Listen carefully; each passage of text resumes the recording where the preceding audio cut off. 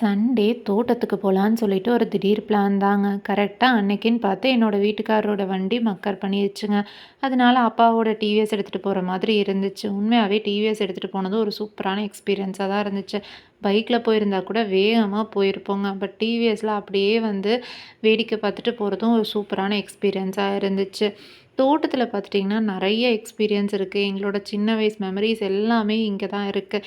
ஏன்னா சிஸ்டரும் எங்கள் கசின்ஸ் எல்லாருமே வந்து பொங்கல் டைம் மீட் பண்ணுறதே வந்து தோட்டத்தில் தான். ஒரு கெட் டுகெதர் மாதிரி இருக்கும். வருஷத்தில் ஒரு தடவை தாங்க வந்து தோட்டத்துக்கே போயிட்டுருந்தோம். ஆனால் இப்போ அடிக்கொருக்கா போயிட்டுருக்கோம்.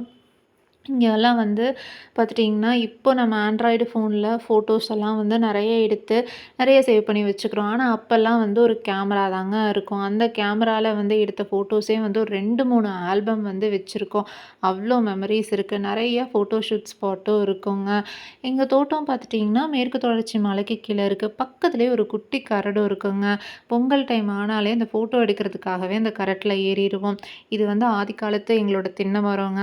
ஃபஸ்ட்டு எங்க தோட்டத்தில் தென்னை மரம்னு வச்சதே அந்த ஒரு மரம் தான். அதுக்கப்புறம் குட்டி குட்டியாக வந்து நிறைய மரங்க இப்போ வச்சுட்டோம். இப்போ வந்து தண்ணி பிரச்சனை கொஞ்சம் கம்மியாக இருக்குங்க. ஒரு 6 மந்த்ஸாக வந்து கரெக்டாக மழை பெஞ்சிட்ருக்கனால 2023லலாம் சொல்லவே வேண்டாம். பயங்கரமான தண்ணி கஷ்டங்க. தென்னை மரத்தை எப்படியாவது காப்பாற்றியே ஆகணும்னு சொல்லிட்டு அப்பா ரொம்ப ஃபீல் பண்ணிட்டு இருந்தார். ஏன்னா அதுவும் வந்து ஒரு குழந்த மாதிரி தான்.